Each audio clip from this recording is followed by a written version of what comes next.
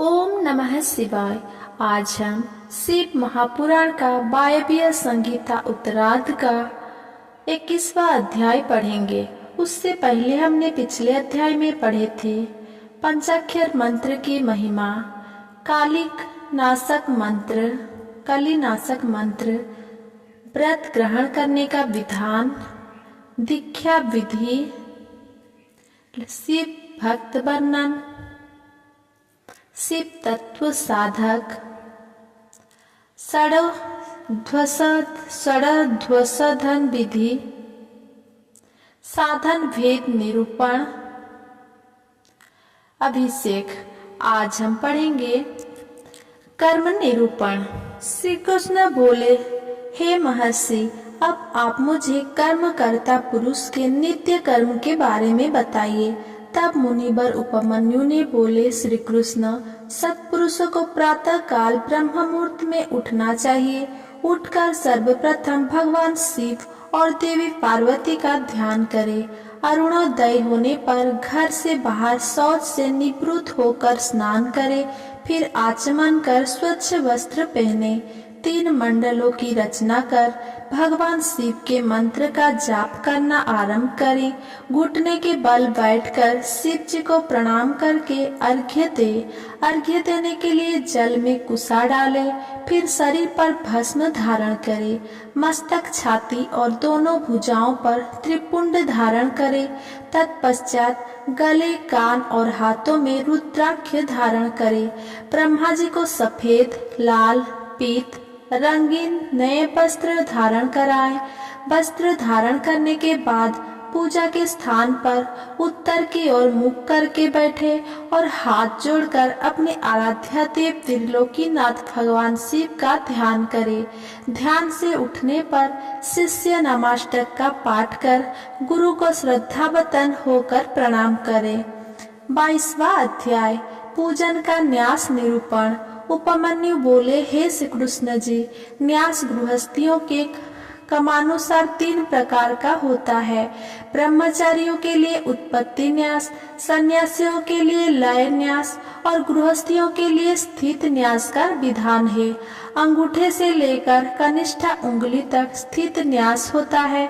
लय न्यास वाम अंगूठे से दक्षिण अंगुष्ठ तक है। बिंदु के साथ नकारादि वर्णों का न्यास करना चाहिए।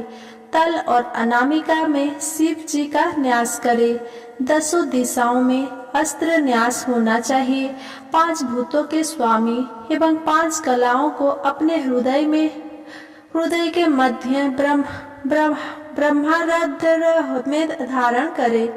पंचाक्षर मंत्र का जाप करे। प्राणवायु को रोककर अस्त्र मुद्राओं से भूत ग्रंथि का छेदन कर सुषुम्ना नाड़ी द्वारा जप करे। फिर वायु द्वारा शरीर शोषण करे। फिर कलाओं का संहार करे। दुग्ध कलाओं का स्पर्श कर अमृत द्वारा सिक्त कर शरीर को उचित स्थान पर स्थापित करे। तत्पश्चात भौतिक शरीर को भस्म द्वारा स्नान कराएं। हृदय में स्थित भगवान शिव का ध्यान कराते हुए अमृत वर्षा से विद्यात्मक देह को सींचे। अपने शरीर को शुद्ध करके शिव तत्व प्राप्त कर ईश्वर का पूजन करे। मातृन्यास, ब्रह्मन्यास, प्रणव न्यास और हंस न्यास करें।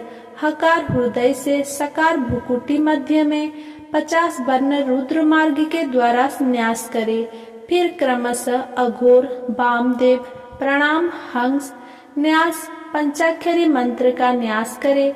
भगवान शिव का परम भक्त और शिव पूजन और ध्यान करने वाले मनुष्य संसार सागर से पार हो जाता है। इसी के द्वारा मोक्ष की प्राप्ति होती है। 23वां अध्याय मानसिक पूजा। उपमन्यु बोले, ब्रह्मा कृष्ण जी अंगन्यास आदि कार्यों को पूरा करे। फिर अपने मन द्वारा पूजन सामग्री की कल्पना करे। सामग्री को जुटाकर उससे विधि पूर्वक विघ्न विनाशक श्री गणेश का पूजन करे। दक्षिण तथा उत्तर में क्रमशः नंदी एवं सुभद्रा का पूजन करे। कमल के सुंदर और कोमल आसन पर त्रिलोकीनाथ भगवान शिव और देवी पार्वती को उस पर स्थापित करे। शिव पार्वती की स्थापना कमलासन पर करने के बाद भक्ति पूर्वक विधि विधान के अनुसार उनका पूजन करे, पुष्प अर्पित करे, ध्यान करे और भगवान भावनामय समिधा घृत से परमेश्वर की नाभि में होम करे। भ्रुकुटी के मध्य में परम पवित्र दीप ज्योति के आकार वाले भगवान शिव का ध्यान करे। यही वनस्पति भावनामय आराधना है। इसे पूर्ण करने के बाद अग्नि या स्थंडी लिंग में पूजन करे। 24वां अध्याय पूजन निरूपण। उपमन्यु बोले, हे श्री कृष्ण जी, पूजन स्थान को गंध, चंदन, फूलों और जल से पवित्र कर प्रोक्षण करे। अस्त्रों द्वारा विघ्नों का निवारण कर कवच से सारी दिशाओं का अस्त्र नाश करे।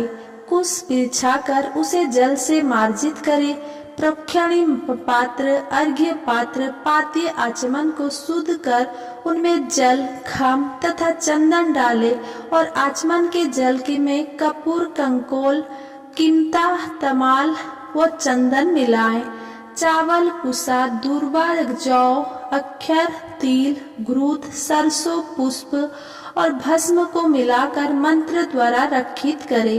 विनायक देव का पूजन करे, फिर नंदीश्वर का पूजन करने के पश्चात 1650 से शिवलिंग का पूजन करे। ऊर्ध्व भाग में कमलासन रखे। कमल दल 8 प्रकार की सिद्धि देने वाला है। वामादिक शक्तियाँ बीज है। भगवान शिव का पूजन करे। पंचगंठ द्वारा स्नान कराएं, फिर आंवले और हल्दी से इसका लेप करे। देव स्नान कराकर सुंदर वस्त्र एवं यज्ञोपवीत धारण कराएं। पाद्य, अर्घ्य, आचमन, धूप, दीप, नैवेद्य, गंध, पुष्प, भूषण, जल, मुखवास कर रत्न जड़ित मुकुट एवं आभूषण चढ़ाए। फिर भगवान शिव पार्वती की आरती उतारे। आरती की थाली को शिवलिंग के सामने 3 बार घुमाकर माथे पर सुगंधित भस्म धारण करे। फिर अपनी पूजा अर्चना में रह गई त्रुटि के लिए भगवान से क्षमा याचना करे। इस प्रकार पूजन करने से परम फल की प्राप्ति होती है। 25वां अध्याय नित्य कृत्य विधि। उपमन्यु बोले, हे श्री कृष्ण जी, दीपदान करने से पहले आरती एवं पूजन भी किया जाना चाहिए। सर्वप्रथम इंसान देव से लेकर सद्योजात तक भगवान शिव का जाप करे। पहले आवरण में हृदय से लेकर अस्त्र न्यास कर पूजन करे। पूर्व में इंद्र, दक्षिण में यम, पश्चिम में वरुण, उत्तर में कुबेर, अग्निकोण में अग्नि, नैऋति और निरुति में वायु की पूजा करनी चाहिए। कमल से बाहर वज्रादि आयुधों का पूजन करना चाहिए। तत्पश्चात सभी स्थानों से 8 लोकपालों का पूजन कर माँ जगदम्बा का पूजन कर उनकी आराधना करे। योग, ध्यान, जप और होम कृत्य में 6 तरह का नैवेद्य होना चाहिए। उसके बाद कपूर, कंकोल, जावित्री, कस्तूरी, केसर, मृगमद, सुगंधि पुष्प आदि अर्पण कर घी का दीपक जलाएं। फिर हाथी दांत से निर्मित आसन, दिव्य छत्र, चंबर, भेरी और मृदंग चढ़ाएं। अपने सामर्थ्य के अनुसार किया गया शिव पूजन उत्तम फल देने वाला होता है। शिव जी में अनन्य भक्ति रखने वाले प्राणी को अवश्य ही मुक्ति प्राप्त हो जाती है। 26वां अध्याय संगोपांग पूजन। पूजन। उपमन्यु बोले, हे कृष्ण जी, शिव पूजन परम फलदायक है। बड़े बड़े पापी, ब्रह्मा हत्यारे, चोर, व्यभिचारी पुरुष आदि शिव पूजन करे तो उनके सभी पाप नष्ट हो जाते हैं। इसीलिए पतितों को शिव पूजन अवश्य करना चाहिए। शिव पंचाक्षरी मंत्र का जाप करने से बंधन में पड़े मनुष्य बंधन से मुक्त हो जाते हैं। उनको योनियों में जीवन व्यतीत करने के पश्चात हमें मनुष्य योनि मिली है। जो मनुष्य इस अलभ्य मनुष्य देह को पाकर भी शिव पूजन नहीं करता, उसका जन्म सफल नहीं होता। इसीलिए प्रत्येक मनुष्य को भक्ति पूर्वक त्रिलोकीनाथ भगवान शिव का पूजन आराधना अवश्य करना चाहिए। भगवान शिव के पूजन के समान अन्य कोई भी धर्म नहीं है। यह मनुष्य को सभी सांसारिक बंधनों एवं मोह माया से मुक्ति दिलाने वाला है। शिव पूजन करने के पश्चात मनुष्य को परिवार एवं बंधु बांधवों सहित प्रसाद बांटना चाहिए। 27वां अध्याय अग्नि कृत्य विधान। उपमन्यु बोले, हे कृष्ण जी, अग्नि कृत्य तो कुंड, ठंडिल, बेदी, लोहे पात्र अथवा मिट्टी के पात्र में कर्तव्य है। उससे विधि पूर्वक अग्नि की स्थापना करनी चाहिए और फिर हवन करना आरंभ करें। सबसे पहले कुंड का निर्माण करें। कुंड के चारों ओर 3 मेखला होनी चाहिए। फिर कुंड में योनि की रचना करनी चाहिए। कुंड को गोबर से लीप कर उसे अग्नि में तपाए और तत्पश्चात उस पर वेदोक्त सूत्र लिख ले दे। कुशाप पुष्प से कुंड को प्रक्षिप्त करे। पूजन की सभी सामग्री एकत्रित करे। मणि द्वारा उत्पन्न या किसी ब्राह्मण के घर से लाई गई अग्नि को ही ग्रहण करे।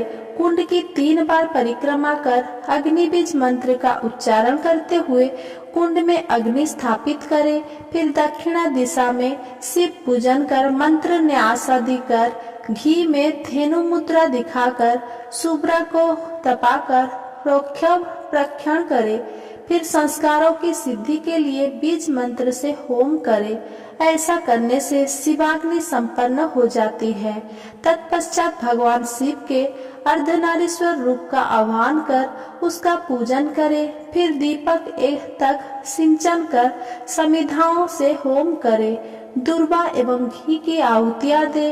धान, खील, जौ, सरसों, तिल को घी में मिलाकर उससे होम करे। फिर 3 प्रायश्चित आहुतियां दे। बचे हुए घी को एक पुष्प पर रखकर 62 मंत्र द्वारा हवन करे। विसर्जन कर अग्नि की रक्षा करे। देवों का आह्वान कर उनका पूजन करे। भस्म को मंत्र द्वारा धारण करे। अग्नि कृत्य समाप्त होने पर शिव शास्त्रानुसार बलि कर्म करे। विद्या के सामने गुरु मंडल की रचना करे और उस पर आसन बिछाकर फूल से गुरु पूजन करे। फिर निर्धनों को भोजन कराकर स्वयं भोजन करे। फिर आचमन कर शिव मंत्र को जपते हुए ध्यान करे। 28वां अध्याय नैमित्तिक पूजन विधि। उपमन्यु बोले, हे श्री कृष्ण जी, प्रत्येक माह के दोनों पक्ष की अष्टमी और चतुर्दशी के दिन उत्तरायण संक्रांति ग्रहण काल में विशेष पूजन करना चाहिए। माघ के महीने में पंचगव्य शोध कर शिव जी को स्नान कराएं और उस जल को पिएं। इस जल को पीने से ब्रह्म पाप भी नष्ट हो जाते हैं। पौष माह में पुण्य नक्षत्र में भगवान शिव की आरती करे। माघ में मघा नक्षत्र में कंबल और घी का दान करे। फाल्गुन के उत्तर फाल्गुनी नक्षत्र के दिन बहुत बड़ा उत्सव करे। चित्रा नक्षत्र में चैत्र माह में शिव जी का ढोल उत्सव करे। बैसाख के वैशाखा नक्षत्र में फूल मंडली उत्सव करे। जेठ महीने के मूल नक्षत्र में शीतल जल का कुंभ दान करे। आषाढ़ के उत्तराषाढ़ में पवित्र व्रत धारण करे।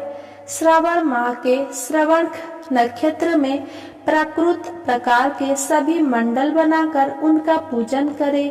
उत्तरा भाद्रपद नक्षत्र में प्रक्षोण करे। पूर्वाषाढ़ा नक्षत्र में जल क्रीड़ा करे। असौज में खीर खाएं। शतभिषा नक्षत्र में अग्नि कर्म करे। कार्तिक में कृतिका नक्षत्र पर सहस्र दीपक जलाकर उनका दान करे। मृगशीर महीने में आद्रा नक्षत्र में स्नान करे। अपने द्वारा किए गए किसी बुरे कार्य के लिए भगवान शिव से क्षमा याचना करे और बुरे कार्य के लिए प्रायश्चित करें।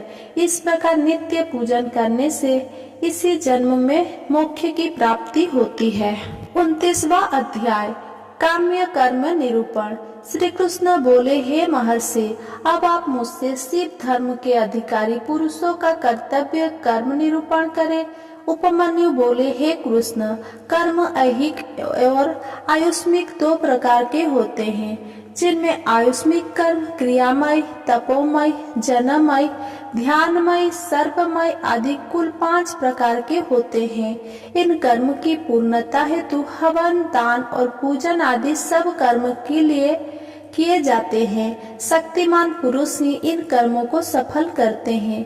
भगवान शिव ही अपने भक्तों को आज्ञा और शक्ति प्रदान करने वाले हैं, इसीलिए उन्हीं पुरुषों को काम्य कर्म करना चाहिए। ये काम्य कर्म इस लोक और परलोक दोनों में परम फलदायक है। शिव महेश्वर है, वे सबके ईश्वर है। ज्ञान पूर्वक यज्ञ करने वाले शिव भक्त ही महेश्वर है, इसीलिए ही अभ्यंतर कर्म सब तथा वाहा कर्म महेश्वर है। गंध रस वर्ण द्वारा भूमि परीक्षा कर पृथ्वी के पृष्ठ पर पूर्व दिशा की उत्पत्ति करे और मंडल की रचना करे, फिर सर्वेश्वर महेश्वर का पूजन करे। 3 तत्वों से युक्त त्रिलोकीनाथ भगवान शिव की मूर्ति के समक्ष शक्ति का आह्वान करे। तत्पश्चात 5 आवरणों का पूजन शुरू करना चाहिए। 30वां अध्याय आवरण पूजन विधान। उपमन्यु बोले, हे श्री कृष्ण, सबसे पहले भगवान शिव के दक्षिण में बैठे गणनायक, बाईं ओर कार्तिकेय एवं चारों ओर ईशान से संध्योजात का पूजन करे। द्वितीय आवरण में पूर्व दिशा के बाईं ओर से शक्ति, सूक्ष्म तत्व, पश्चिम में शक्ति, उत्तर दिशा में ईशान कोण का रुद्र सहित पूजन करे। तृतीय आवरण में शिव जी की 8 मूर्तियों का पूजन करे, फिर वृषेंद्र का पूजन करे। तत्पश्चात दक्षिण में नंदी, उत्तर में महाकाल शास्त्र, अग्निकोण एवं मातृकाओं का दक्षिण दिशा में पूजन करे। श्री गणेश को नैऋत्य कोण में पूजे, पश्चिम में कार्तिक, वायव्य में ज्येष्ठा, उत्तर में गौरी और ईशान कोण में चंड का पूजन करे।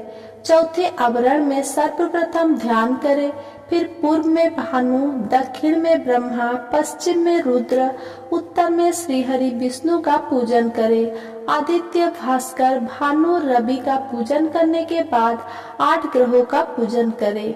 5वें आवरण में देव योनि का पूजन करे और फिर देवेश का पूजन करते हुए पंचाक्षरी मंत्र का जाप करे। पूजन करने के पश्चात भगवान शिव पार्वती को सभी भोग अर्पित करे, फिर स्तुति गायन करे और ओम नमः शिवाय का 108 बार जाप करे। क्रमानुसार गुरुदेव का पूजन करे। सभी आवरणों के साथ देव विसर्जन करे। सब सामान गुरुदेव को अर्पित करे।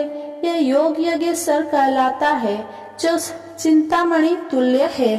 अगर मेरा ये वीडियो आपको पसंद आया हो तो मेरा वीडियो को लाइक, कमेंट, शेयर करें एंड मेरे चैनल को सब्सक्राइब करें। धन्यवाद।